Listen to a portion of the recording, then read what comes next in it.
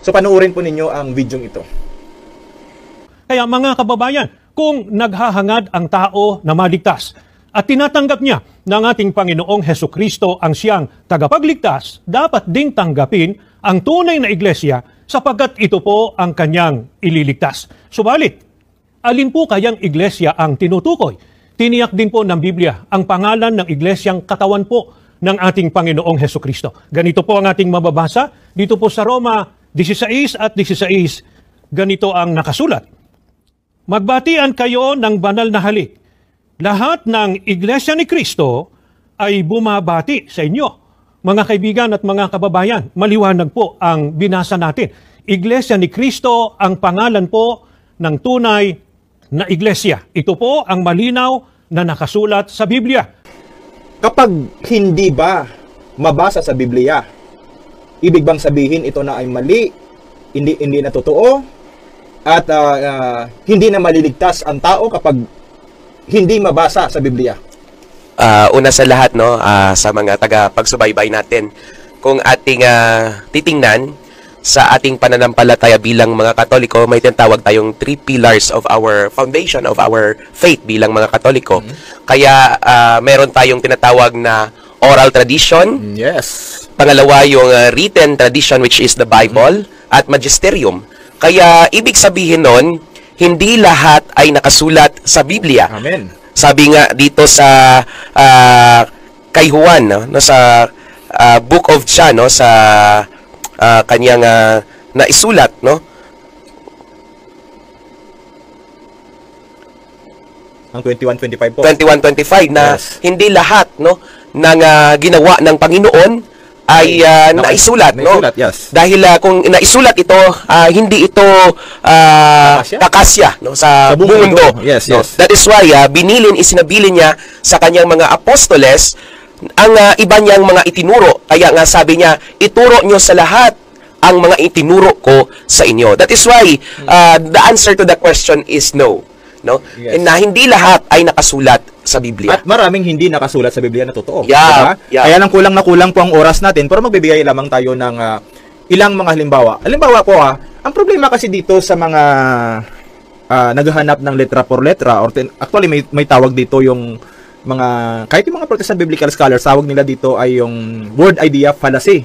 Yung paghahanap ng letra por letra, no? Hinahanap nila yung sa Bible, at kapag hindi daw mahanap, ibig sabihin mali yun.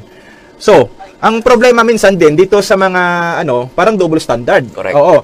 Halimbawa, gagamit sila ng iba't ibang mga salin na kung yung salin na yon ay papabor sa kanilang doktrina, para sa kanila, yun ay tamang salin. Kapag hindi naman pabor, mali daw. Mali, oh. Pero, pag tinanong mo doon sa grammar ng Hebrew, sa grammar ng Greek, nagre-reklamo, allergy, no? Ngayon, magbibigay tayo. Halimbawa, pag sinabing ganito halimbawa sa mga kaibigan nating mga iglesia ni Cristo, no? Ito po, may ilang mga versions ng Bible kaming ipapakita sa inyo sa screen at tatanungin po namin kayo. Halimbawa, ito pong una, yung sa John chapter 8 verse 58, yung nakasulat sa Aramaic Bible in plain English. Sabi dito, Yeshua said to them, "Timeless truth I speak to you. Before Abraham would exist, I am the living God." O, sabi ng Panginoong Hesus yan. Yeshua kasi Jesus sa Hebrew. Ngayon, yan ba ay tatanggapin ninyo? Nakasulat din yan O, tapos, yung sabi dito, yung sa Amplified Bible, yung sa Isaiah chapter 46 verse 11, kasi hindi sila naniniwala na si Cyrus ito. Ngayon, na nakasulat sa Amplified Bible, calling a bird of prey from the east, from a far country, the man Cyrus. O, may purpose. Ayan, nakasulat din. Ngayon, nakasulat din yan. And then, ito po, sa The Message Bible, yung sa 1 John chapter 5 verse 20. Nakasulat dito, this Jesus is both true God and real life. Ayan, word for word pa.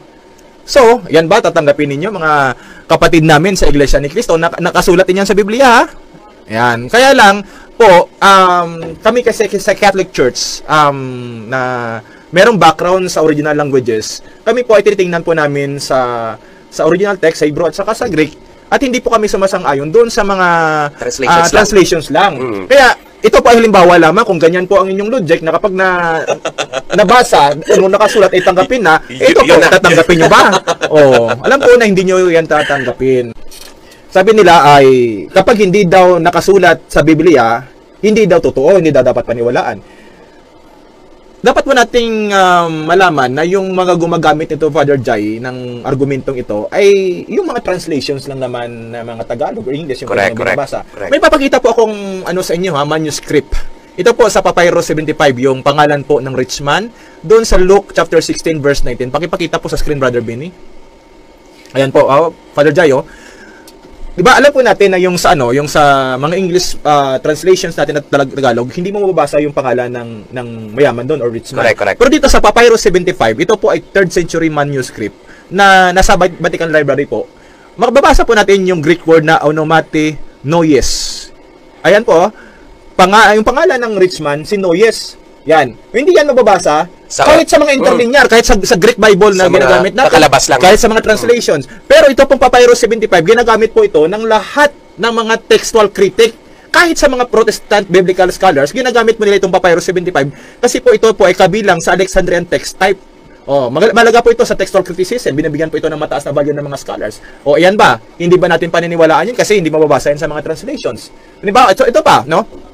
Yung pangalan ng dalawang magnanakaw, yung Correct. Yung sa katabi.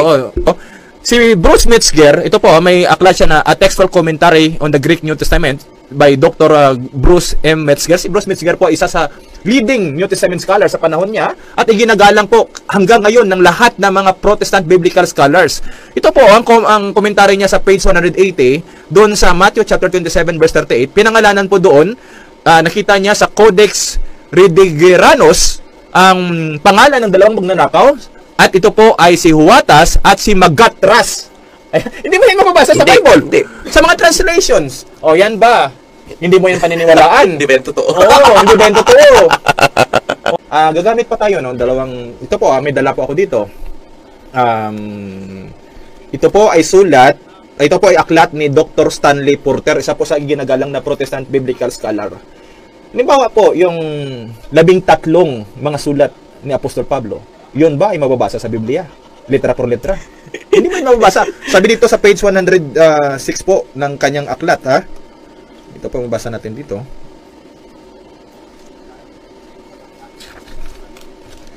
Sabi dito, tradition says that during his lifetime, Paul wrote at least 13 letters that we now have in our collection of Pauline epistles. Yan, 13 letters po. Sabi dito ni Dr.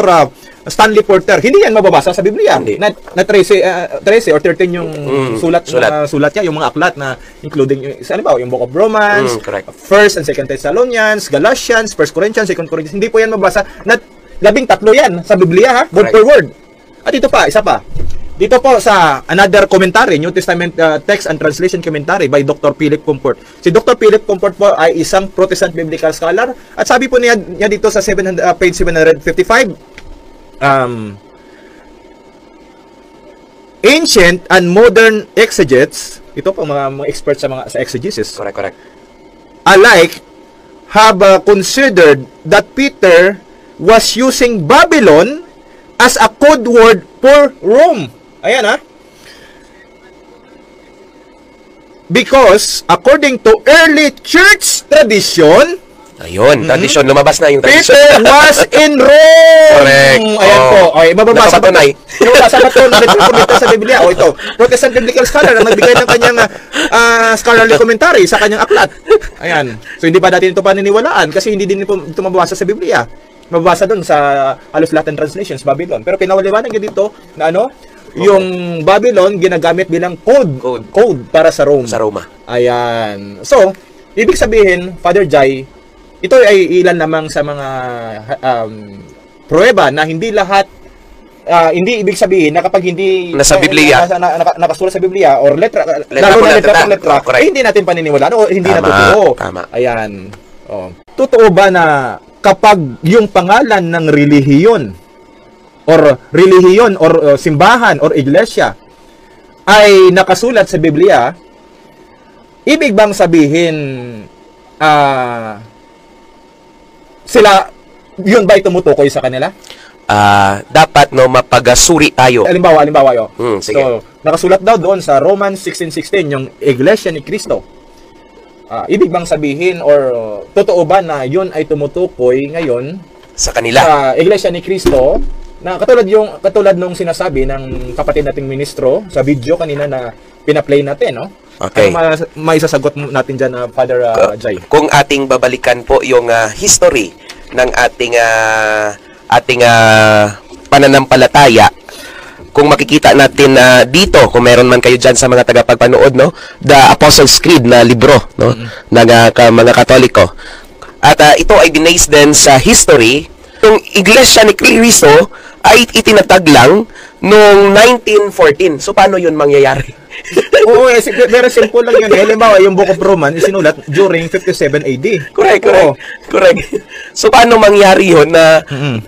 So, that's why maging mapanuri tayo. Dapat saliksikin natin yung history. Sino talaga yung sinasabi ng text na ito. At of course, kung sino ang sinabihan ng ating Panginoon during that time na community. Oo. Yun. Kasi yung strategy ng iba kasi, babasa sila ng Bible, dali lang naman nun, babasahin mo ang Biblia, o babasahin mo from mula doon sa umpisa hanggang matapos yung Biblia, cover to cover.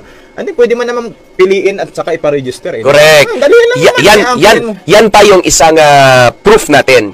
Sa dami-dami ng mga religion dito, kahit sa ibang mundo, locally, we speak locally, dito lang sa Pilipinas, sino lang yung religion na wala sa sect? Oo. O, di ba? Ngayon, tingnan natin yung Romans 16:16 sa Greek kasi yung New Testament isinulat originally sa Greek. Correct. Tingnan natin ikumpara natin ito doon sa Tagalog version na binasa ng ministro ng Iglesia ni Cristo. So nasa taas po, makikita ninyo ito sa inyong screen, yung New Filipino version na binasa ng ministro ng Iglesia ni Cristo. Magbatian kayo ng banal na halik, lahat ng Iglesia ni Cristo ay bumabati sa inyo. Parang makukumbinsi ka nga, no? So, pero pag tinignan natin sa Greek, tingnan nyo ha, yung nakasulat po sa Greek, nilagyan po natin, ginawa po natin red, Ecclesiae. Yeah, that is, that is feminine, plural, nominative. Hindi po siya singular. Kaya nga, halos lahat ng translations, pag pinuntahan mo sa English, churches. Correct. Hindi po siya church. Ayan. Kaya, hindi ako nagtataka kung bakit yung ibang mga sekta, kapag tinanong mo, binalikan mo yung original text sa Hebrew at saka sa Greek, hindi na daw kailangan yung Hebrew at saka sa Greek kasi na-translate na daw yung mga Biblia natin sa mga lingwaheng mauunawaan natin. Hindi po dapat ganyan kasi dapat babalik tayo kasi yan yung original nga, sinasabi nga natin, original nga, di ba? Oo. Di ba, pag original, ibig sabihin, yun talaga yung katotohanan. Ayun, suriin natin mabuti. Yun bang inaangkin nila na yung sa Romans 16:16, sila ba yun? Tingnan natin Ito po, may dala po ako dito Give po ito sa akin ng Monsignor nung birthday ko, noong 2019. The Police Biblical Commentary. Bago po natin basahin, pakita mo natin sa screen yung background or key features, no? Ayan po nakikita po niyo sa inyong screen, nakikita po niyo sa bandang ilalim, presents solid exegesis of the biblical text brings together the collaboration of more than 70 international biblical scholars. So hindi po ito basta-basta ang mga... Hindi lang pipitsugin. Now, ito ngayon na mababasan natin sa page 1287. I-request ko siguro si Father Jai na siya yung magbasa nito. Okay. 1287.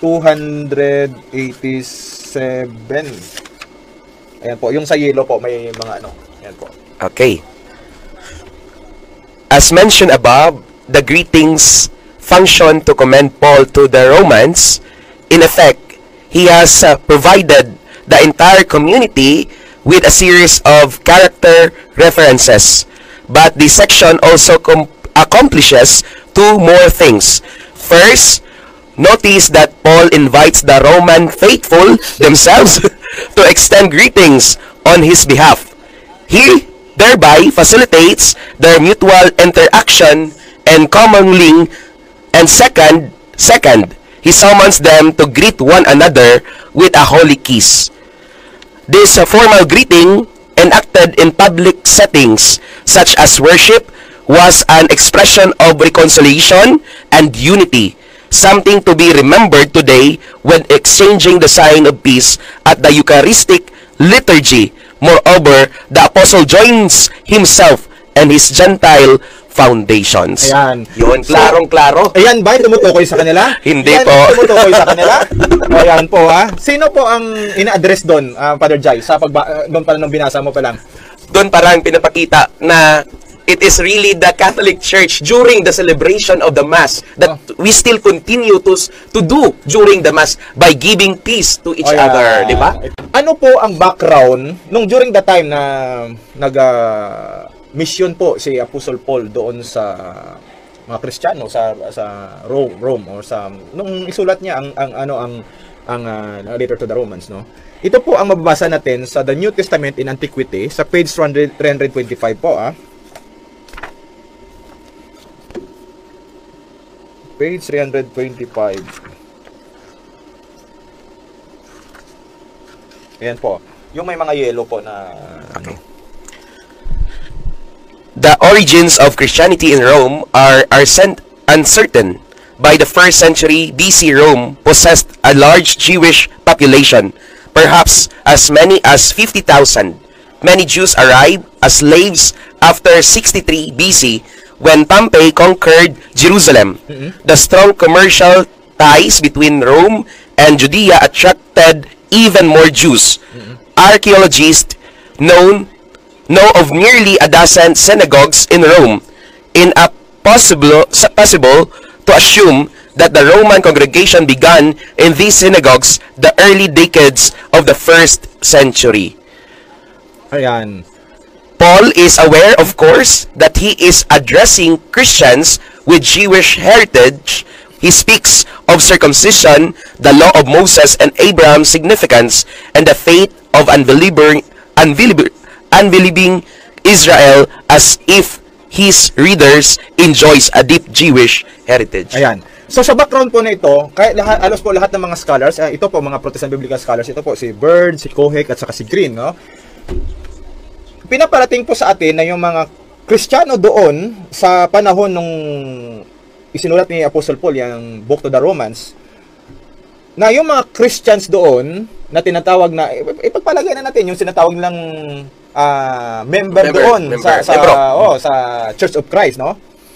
Yun ay pinagkaluban ng knowledge at katilinuhan sa mga magaling magsalita or magaling talaga sa wikang Greek. At saka sa Hebrew. Correct. Oo. Ngayon ang tanong, meron bang katangian ito ang mga kapatid natin? Pinagkalooban ba sila ng knowledge ng Hebrew at saka ng Greek, no? O sasabihin nila, marunong kami ng Hebrew at saka ng Greek. Ang tanong, bakit wala pa kayong salin ng Biblia ngayon? Correct. Father Jai, alam natin na yung pag-translate ng original languages mula sa Hebrew, Aramaic at saka sa Greek papuntang English or Tagalog ay hindi po madali. Correct. At nagpapasalamat tayo sa Diyos dahil meron tayong mga magagaling at matatalinong mga biblical scholars sa ating church. Kaya nga po produce tayo ng mga translations na mas malapit sa original text. Correct. Walang 100% na perfect na translation, pero nakaproduce po ang Catholic Church ng mga translations kagaya ng New American Bible Revised Edition na mas malapit sa original text, Hebrew, Aramaic at saka sa Greek. Ngayon, ang tanong, kung ikaw ba, no, sasabihin mo na kaya mong magsalin ng Biblia mula sa Hebrew papuntang English, halimbawa doon sa Old Testament part. At kapag mali ba ang pagbasa mo ng Hebrew, kaya mo kayang magsalin kung sa pagbasa pa lang mali na? Hindi na, bro. Hindi na, Brother Dwayne. Kasi kailangan expert ka talaga kahit sa pagbabasa pa lang. Kasi yung Hebrew text at saka yung Greek text, kailangan talaga kasi may mga, for example, meron yang mga dots na ginagamit na nagbibigay ng kahulugan sa binibigay na salita. Ito po panoorin po natin. Nag-uusap po dito yung mga Iglesia ni Cristo ministers na kaya po nila daw maka-provide ng sarili nilang salin. Ito po panoorin po ninyo, ha. Pero bago natin isagutin yan, kapatid na Ramil, yung talatang kanilang pinagbabatayan, anong reaksyon natin doon sa sinabi ni Mr. Abe na tayo may Bible scholar, yung doon sa Diliman wala. Ay, wala po. Wala pong salin ng Biblia. Wala po silang sariling Biblia, Brother Mar, sapagkat walang credibility at walang competence. Anong reaksyon mo dahil sa sinabing wala raw tayong sariling salin ng Biblia? Ang una, kaya natin na gumawa ng sariling salin ng Biblia. Kaya natin, kapatid na Michael, pero hindi po ginagawa yon ng Iglesia ni Cristo. Ang dahilan, kapatid na Michael, iyon yung mismong mga Biblia ang isinali nila na ating ginagamit. Hindi nga nila halos paniwalaan pag tayo ang gumagamit. Di lalo namang hindi nila tatanggapin kapag yan ay salin ng Iglesia ni Cristo. Ayan. So, bago natin ipapanood yung video na isa pa, sabi daw doon, kaya nilang magsalin. Ang problema, oo, kaya niyo, kagaya nung New World Translation ng mga Jehovah's Witnesses, kaya nilang mag-produce, pero maraming mali sa pagkakasalin. Especially doon sa John 1:1 na ginawa nilang agad yung mga small letter G instead of yun po ay labag sa Greek grammar. Ayun, ang tanong kung kaya ninyong makagawa ng mas malapit sa original text. At yung sinasabi nila na kung sila daw gumamit ng Biblia natin hindi natin paniwalaan. Dapat naman kasi oo, Biblia nga namin na ginagamit niyo. Ang tanong, ang interpretation niyo ba tama doon sa mga text? Hindi naman yung kaya kasi ginagawa ng iba may proof text sila. Ang tanong, out of context naman. Tama ba 'yon? Hindi contextualize yung pagka-salin. Tapos exegesis naman yung yung ina-apply mo, hindi naman exegesis. So, hindi talaga namin paniniwalaan kapag kayo ang gumamit ng Bible. Kasi bakit kami may doubt na makagawa kayo ng sarili ninyong salin na mas malapit sa original text? Kasi po, napanood po namin yung ilan sa mga videos ninyo. Mali-mali kayong magbasa. Halimbawa, ito po ito pong isa sa mga Iglesia ni Cristo ministers. Binasa niya po yung Hebrew text ng Genesis chapter 23 verse 6. Panoorin po ninyo Ito pong halimbawa, mababasa natin sa the book of Genesis. Ang babasahin ko po ngayon ay Genesis 23, the verse 6 in the Hebrew Bible. Napapanood po ninyo, ang sinasabi rito, Shama'a enu Adonai nasi Elohim atak betekenu bemegkar. Yung doon sa mga hindi nakakaalam ng Hebrew, mabibilib talaga kasi nagbasa siya ng Hebrew. Pero, yung binasa po ng Iglesia ni Cristo Minister, pakita po natin yung binasa niyang Hebrew text po, yung kanina, yung pinakita niyo pa sa screen, Brother Benny. Ayan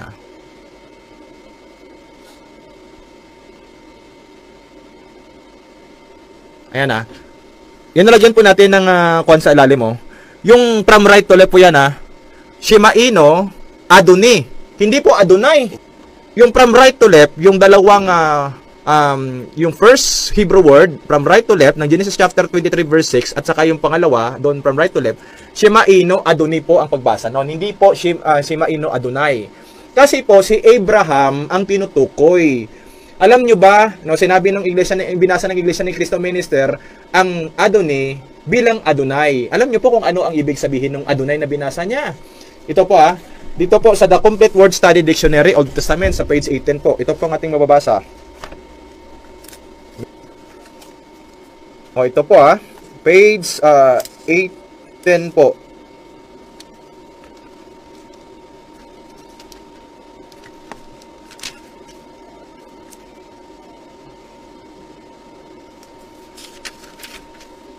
Ito po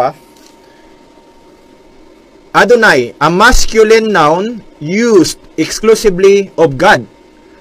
It is often used in place of the divine name YHWH or Yod-He-Vav-He. Ibig sabihin yung Adonai, ginagamit lang para sa Diyos. O ngayon, sino pong tinutukoy doon sa Genesis chapter 23 verse 6? Si Abraham po. Ang tanong, Father Jai, si Abraham ba Diyos? Hindi po. Klaro po. So ginawang Diyos ng Iglesia ni Cristo Minister si Abraham nung binasa niya ang Genesis chapter 23 verse 6. Ayan po. Dyan pa lang, parang magugulat ka, sabi nila, isa lang daw yung Diyos nila, yung Ama lang nasa taas. Bakit ginawa nila si Abraham na Diyos? Pumasok pala sa Kasi marami po sa mga kapatid natin sa Iglesia ni Cristo na marunong ng Greek at saka sa Hebrew, gumagamit na ng mga lexicon, ng interlinear. Yun ba ay sapat na? Tingnan po natin ito po, makinig po kayo sa payo ni Dr. John Skrinak, isa pong kilalang biblical scholar po na protestante sa Oxford. Ito po ang advice niyo po sa atin. I also want to caution, however, that knowing a little Hebrew or Greek can be dangerous. If you know these languages, but you aren't studying them seriously and reading in them regularly, you actually need to have a lot of epistemological humility and restraint. Ang pinarating ni Dr. John Skrinak? ang yun daw may little knowledge sa Hebrew at saka sa Greek. Ano daw? Ay, very dangerous po. Dangerous, very dangerous. Ayan. Kasi baka mali, katulad nung napanood natin na previous na ginawang Adonai si Abraham. Yes, oo, yan. Kaya nagpapasalamat po tayo dahil yung Catholic Church napakarami pong mga biblical scholars na magagaling, no? Magaling talaga at matalino na binigyan talaga ng Diyos ng gift talaga para hindi lamang para mabasa, no? Kundi para maintindihan talaga. Kasi iba yung merong nagbabasa, kayang bumasa, pero hindi naman Inintindihan yung binabasa. Naiintindihan. Correct. No? O ito pa, Father Jai, na magpapakita tayo sa screen. Kung yung argumento nila na kapag ang pangalan ng church ay Iglesia ni Cristo or Church of Christ, ang ibig sabihin, ang founder talaga nun ay si Cristo. Ito po, may papakita po kami sa screen sa inyo. Ayan, makikita nyo po ngayon sa inyong screen. Ayan po ha. Iba't ibang simbahan po yan religion. Anong pangalan? Church of Christ. Kung yung sinasabi nila na kapag ang pangalan ng kanilang reliyon ay nakakapit yung pangalan ni Kristo, ibig sabihin Si Kristo na yun Kristo yung founder. ang founder. No, tandaan natin sa Matthew chapter 16 verse 18, sabi ng Panginoong Hesus, I will build my church. Singular. Isa lang. Hindi niya sinabing churches. Okay. Ayan. Ngayon, sino ang totoo sa inyo? Ayan, dami niya natapos. Mayroon pa palang mas nauna doon kaysa sa mga kapatid natin ng Iglesia ni Cristo. 1901 pa lang meron ng Iglesia ni Cristo. Romans 16:16 din ang gamit. O sinong totoo sa kanila ngayon? Oo. Alam ko hindi papayag itong mga kapatid natin sa Iglesia ni Cristo na itong mga ipinakita natin sa screen ay ito ang tunay na Iglesia ni Cristo. Ngayon, yung logic na ibig sabihin na kapag ang pangalan ng simbahan, Iglesia ni Cristo, yun ang totoo, si Cristo may-ari nun. Ang tanong, ito bang anim na to na... Pike to, pike. Ito ba, papayag ba kayo na tunay to? Pike ba to? Totoo? Si Cristo bang founder na to? Ayan. Ngayon, sige, puntahan pa natin yung ibang mga halimbawa. Kapag ba ang pangalan nung religion ay nakakapit yung pangalang Diyos o kay Kristo, ibig bang sabihin yung may-ari nun si Kristo? Halimbawa, ito po dito po sa province of Capiz, pag pumunta tayo ng Panay, meron tayong makikita dyan na St. Mark Memorial Homes. Correct. Ito po, pakipakita po sa screen. Wag pong pakipol screen pakilagay lang po sa Yun. Ayan. Yan po, makita po ninyo yan sa ilalim, no? St. Mark. Tanong, Father Jai, si St. Mark ba ang may-ari niyan? Parang hindi talaga. Paano ba pupunta dito si St. Mark? Kasi namatay na siya. Maliban po dyan, no? Maliban po dyan, ito po alam ko po, marami po sa atin ang kumuha ng St. Peter Life Plan. Pakipakita po sa screen, Brother Benny. Ayan. Tanong ulit, Father Jai, si St. Peter ba may-ari niyan? Hindi, syempre nakahimlay na dun sa Roma si St. Peter. Matagal na. St. Peter ito pa pag pumunta po tayo ng Maynila, isa po sa mga kilalang universities doon ay Jose Rizal University. Pakipakita po sa screen. Ayan po ang tanong, si Jose Rizal bang founder niyan? Hindi. Si Vicente Fabila po ang founder ng Jose Rizal University. And I'm sure kung Vicente Fabila ang university ang Yung ipinangalan, I don't think na ganun kadami ang magiging students or mag-enroll doon. So iba talaga ang dating ng Jose Rizal University. At sa mga nanonood, alam nyo na po ang ibig naming sabihin. No? Simple logic lang po. Tsaka common sense lang yung gagamitin natin. Halimbawa, nagpatayo ka ng business, no? Kasi dito sa Capiz, mahilig dito ang mga tao sa batchoy, no? Kahit wherever we go, no, maraming gusto nila kumain ng batchoy. So, di ba, magpapatayo ka ng kainan, lagyan mo ng, di ba, yung specialty doon ay batchoy. No? So, marami ngayon na nilalagyan nila yung pangalan ng, halimbawa, Benny Lapash Batchoy. So, nilalagyan sa ilalim, no? Kasi may pinuntahan ako last time na nadaanan ko sa daan, nilalagyan ng, sa lutod-lutod pala yun last time. Mura na, masarap pa. Definitely pupuntahan nyo ng mga tao. Kasi mura na, masarap pa di ba? At hindi mo lalagyan yon ng, halimbawa, Benny Lapas Batchoy. Mahal na, panis pa. Talagang walang kakain doon. Oo. Ngayon, naiintindihan siguro nila yung simpleng logic lang na bakit hindi ganun ang ipinangalan. Kahit hindi naman ang founder, yun talaga ang founder, pangangalanan ko talaga ng ganyan para makainganyo. Attractive yun sa mga tao.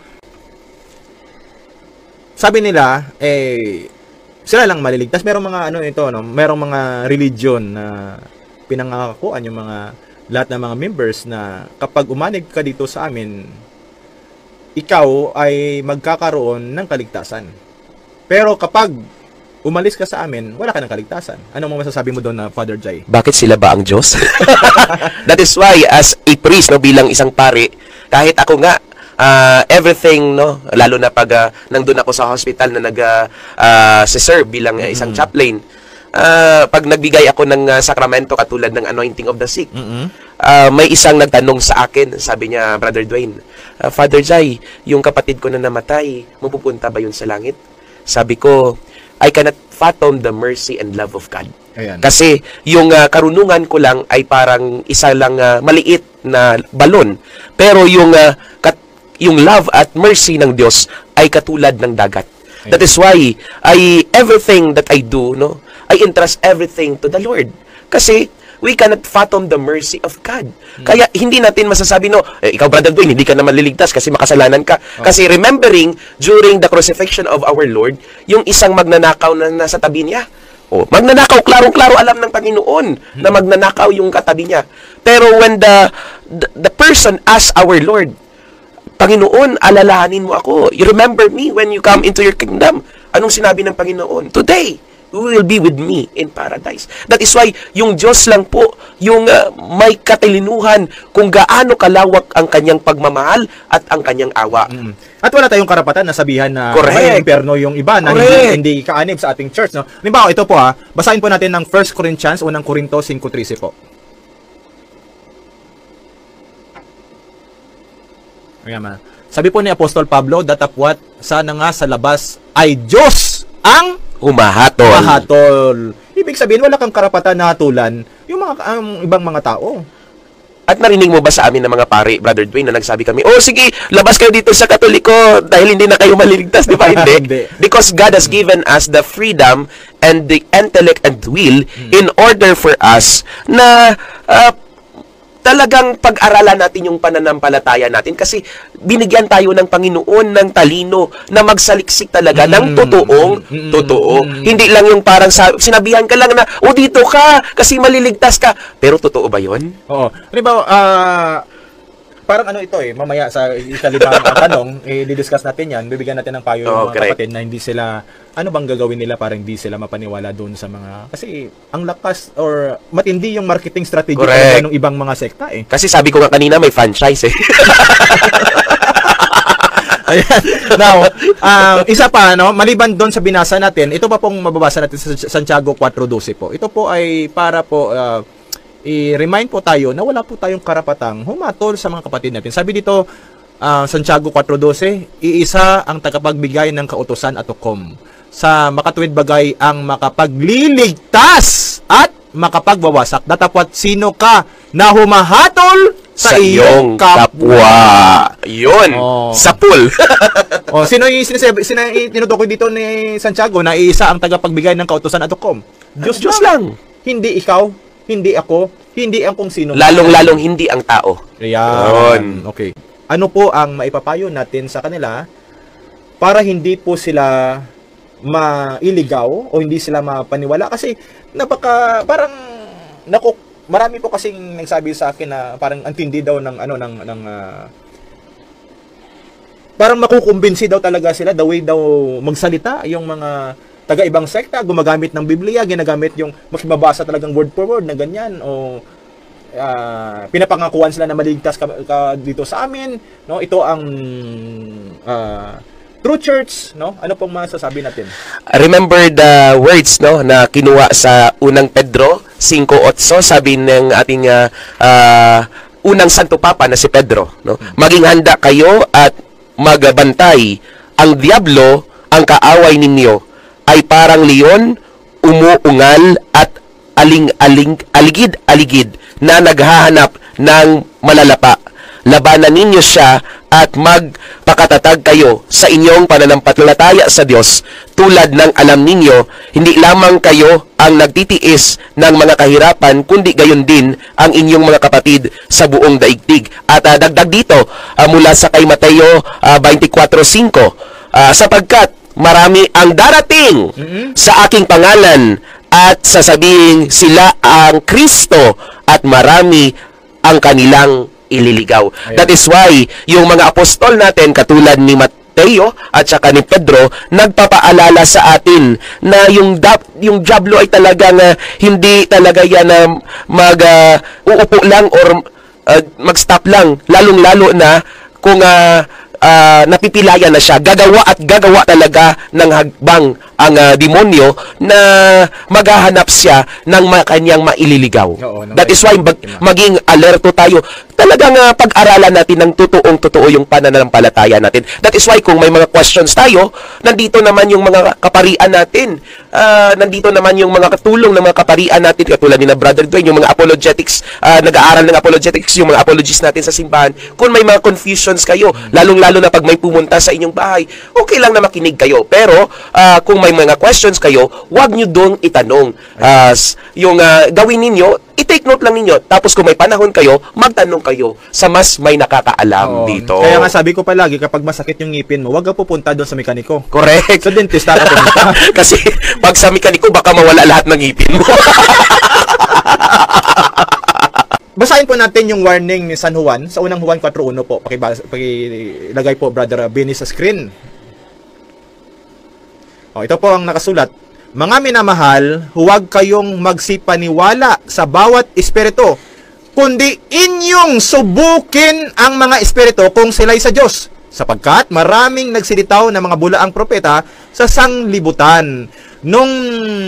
Kasi yung unang Juan 4:1 na isulat yan sa Greek, kasi nga gagaya ng sabi natin, yung New Testament ay naisulat originally sa Greek.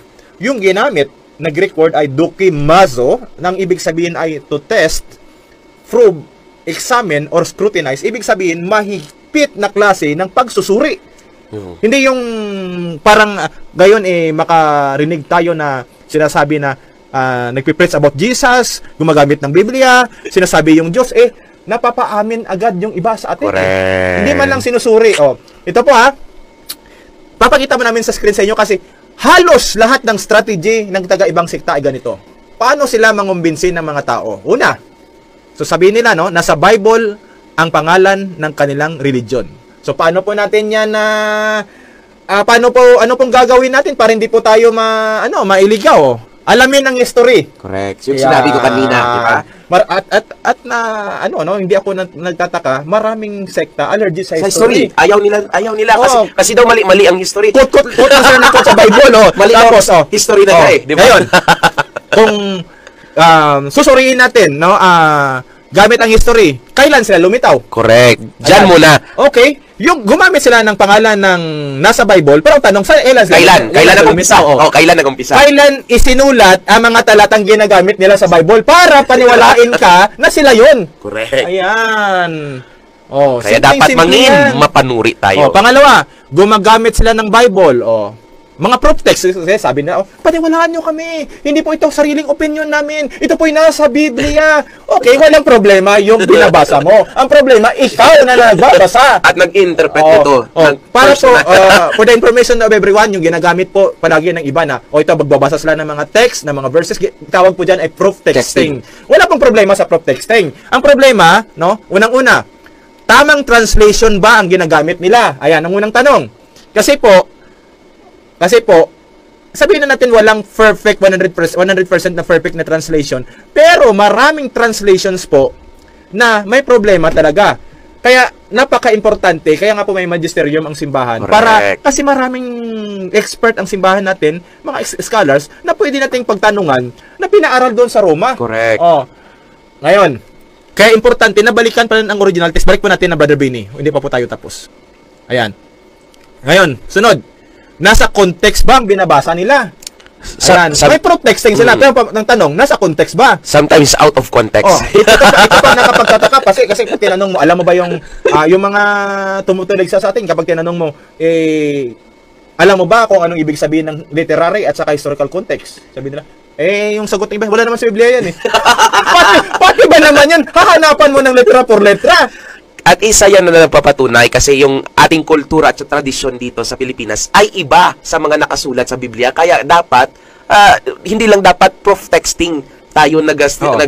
dyan lang tayo naghahanap ng translation or ng interpretation rather natin. Yung pagkakaalam ng iba, yung literary context, alam na ng iba yon na babasahin yung doon sa previous at saka yung sa after.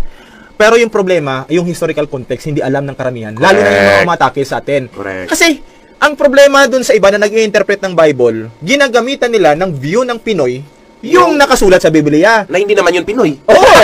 Hindi ibig sabihin na naisalin na ang Biblia sa mga wikang maiintindihan natin, kagaya ng Tagalog, Hiligaynon at saka English, ay pwede mo nang bigyan ng view ng Pinoy Correct. o Amerikano. Ngayon, sunod. Nasa context ba ang binabasa nila? Ayan. May proof texting sila, pero ng tanong, nasa context ba? Sometimes out of context. Ito pa nakapagtataka kasi pag tinanong mo, alam mo ba yung mga tumutulig sa atin kapag tinanong mo, alam mo ba kung anong ibig sabihin ng literary at saka historical context? Sabi nila, yung sagot ng iba, wala naman sa Biblia yan eh. pati ba naman yan? Hahanapan mo ng letra por letra. Nangangako sila ng kaligtasan sa kanilang mga membro. Ito kasi yung pinakamahalaga para doon sa iba eh. Bakit sila na-convert? Bakit sila napaniwala? Bakit sila napabilib? Bakit sila naikayat? Kasi, meron kasing ipinapangako yung grupong yon na inaniban nila. Oo. Assurance daw. Na salvation. Ang tanong, halimbawa, no? Yung founder ba, balikan natin ulit, ang founder ba ng simbahan na yan na inaaniban mo? Diyos ba ang founder niyan? Ang problema, pag ang founder niyan ay tao, especially, kung ang tagapagligtas niyan ay tao rin, paano ka maliligtas? O, halimbawa, basahin natin yun sa Jeremiah chapter 17 verse 5 po. Ayan. Sabi dito sa Jeremiah chapter 17 verse 5, ganito ang sabi ng Panginoon, sumpain ang tao na tumitiwala sa tao at ginagawang laman ang kanyang bisig at ang puso ay humihiwalay sa Panginoon. Sabi dito, sumpain ang tao na tumitiwala sa tao. Ngayon, ang tanong, ang problema, kung yung kinikilala mong tagapagligtas ng iyong simbahan or iglesia ay tao lang at hindi Diyos, paano ka maliligtas nun? Kasi tao lang, hindi ka talaga maliligtas. Diba? Simple logic. Oo. Lalo na, halimbawa, kapag ikinapit mo yung pangalan ng iyong founder or ni Kristo or ni Jesus sa iyong simbahan, tapos tao lang pala yun, lalabas iglesia ng ano yun? Iglesia ng tao. O, di ba? Very simple. Oo. Di ba? Kahit dyan pa lang, babalikan natin, ano ba yung pagkakilala mo, sabi ko nga kanina, sa kay Kristo? Kinoconsider mo ba si Kristo na tao at Diyos? Or kinoconsider mo lang siya bilang tao? So, paano ka maliligtas kung tao lang yung... Dagdag pa dito, Father Jaino, ito ay gusto nating iparating sa ating mga kapatid na nanonood. Mahalaga na malaman natin na wala pong grupo ng sekta na magsasabi na mali kami. Wala talaga. Baka yun kasi ang gusto nating marinig. Lahat yan mag-aangkin na sila ang totoo, sila ang tunay, si Kristo ang founder nila, sa Diyos sila. Hindi yan magsasabi na mga false prophets kami. 'Di ba? Kagaya ng 'di ba? Siguro halos araw-araw pumupunta kayo ng palengke. 'Di ba? Meron na ba kayong narinig na tindera ng isda na sumisigaw na bulok ang kanyang paninda? Hindi, wala. Kahit bulok yung kanyang paninda, hindi niya sasabihin na bulok yun. Sasabihin pa rin na sariwa pa. Sariwa pa. Oh. So, para malaman natin kung sariwa nga o bulok, titingnan natin, susuriin natin. Kagaya niyan, suriin natin. Huwag tayo basta-basta maniniwala. Pag sinabing, basahan ka ng Biblia, ito ang mababasa, letra por letra. Ang tanong, sila ba yan? Kung may mga confusions tayo, nandito yung mga kaparian na mag-guide sa atin na malaman natin yung katotohanan. Kung hindi man available yung pari kasi maraming ginagawa sa parokya, marami namang yung nakakatulong sa ating simbahan, katulad ng mga apologies, katulad ni na Brother Dwayne. At hindi lang naman si Brother Dwayne dito sa ating archdiocese, kahit sa ibang mga archdiocese, meron ding pinopoint yung mga bishop na tumutulong sa ating mga kaparian na may knowledge about sa ating pananampalataya. Kaya gamitin natin yung talino natin. Hindi lang na maging matalino lang tayo, hindi lang na maging healthy tayo, kundi alamin din natin yung ating pananampalataya.